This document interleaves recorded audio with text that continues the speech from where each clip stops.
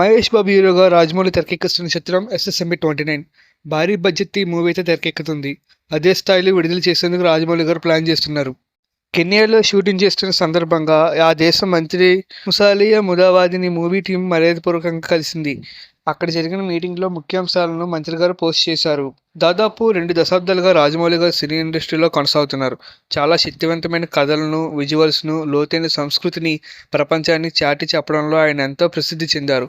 East Africa అంతటా పర్యటించిన అనంతరం 120 మందితో కూడిన రాజమౌళి టీం కెన్యాను ఎంచుకుంది. ఏసియా ఖండంలోని అతిపెద్ద చలనచిత్రంగా తెరకెక్కుతున్న మూవీలో భాగం కాబోతున్నాయి. 120 దేశాల్లో ఈ మూవీని విడుదల చేసేందుకు చిత్ర బృందం ప్లాన్ చేస్తోంది. ఈ చిత్రం ప్రపంచవ్యాప్తంగా 100 కోట్ల మందికి పైగానే చేరువయ్యే అవకాశం కనిపిస్తుంది. కెన్యాలో షూటింగ్ చేయడం ఒక మేలురాయిగా నిలిచిపోతుంది. ప్రపంచ వేదికగా మా దేశ అందాలను, సుందరమైన ప్రకృతి దృశ్యాలను చూపడంలో ఈ సినిమా శక్తివంతంగా పనిచేయనుంది.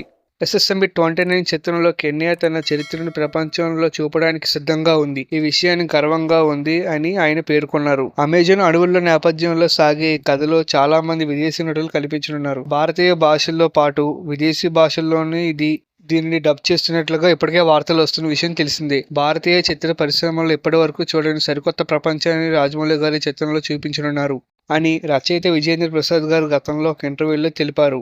దీంతో ఈ సినిమాపై అంచనాలు భారీగా రెట్టింపయ్యాయి.